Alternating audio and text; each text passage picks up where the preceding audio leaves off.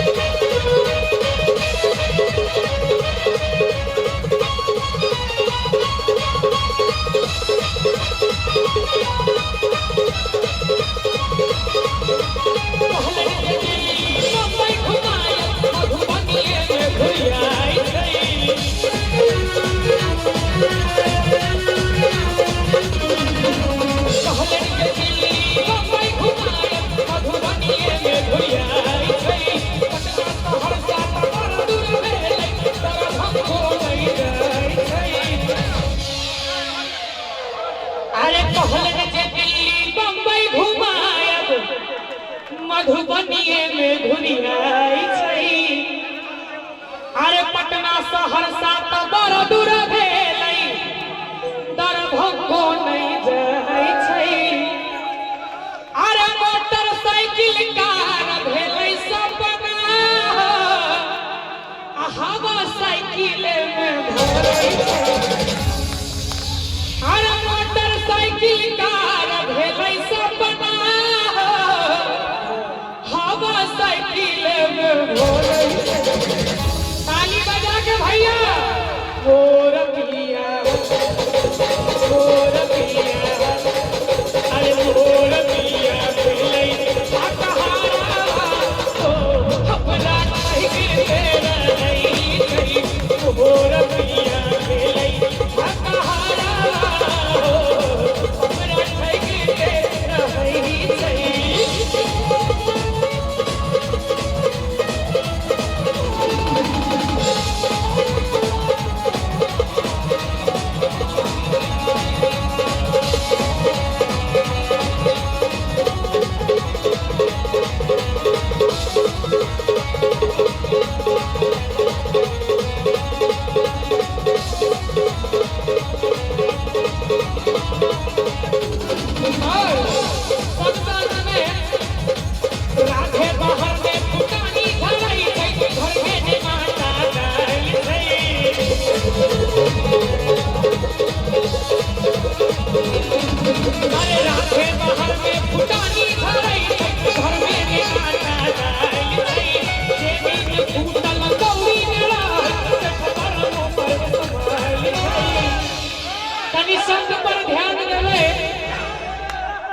अरे राधे बाहर में फुटानी धरै छै घर में आटा दहल छै।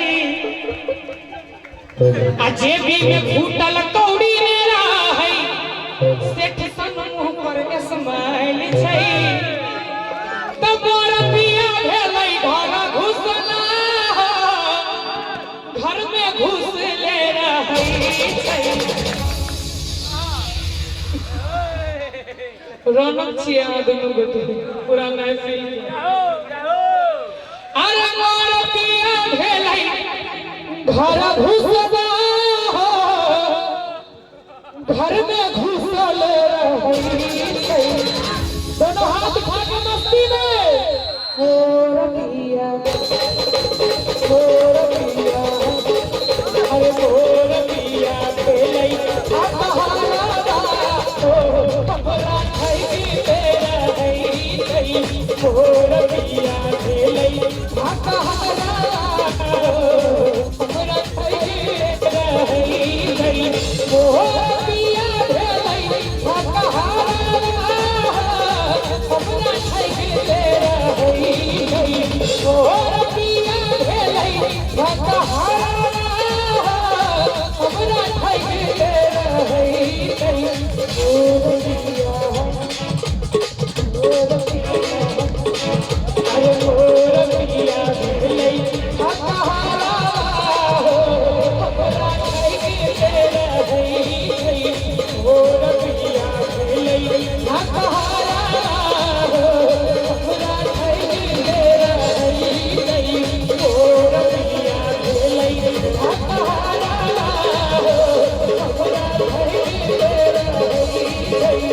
हो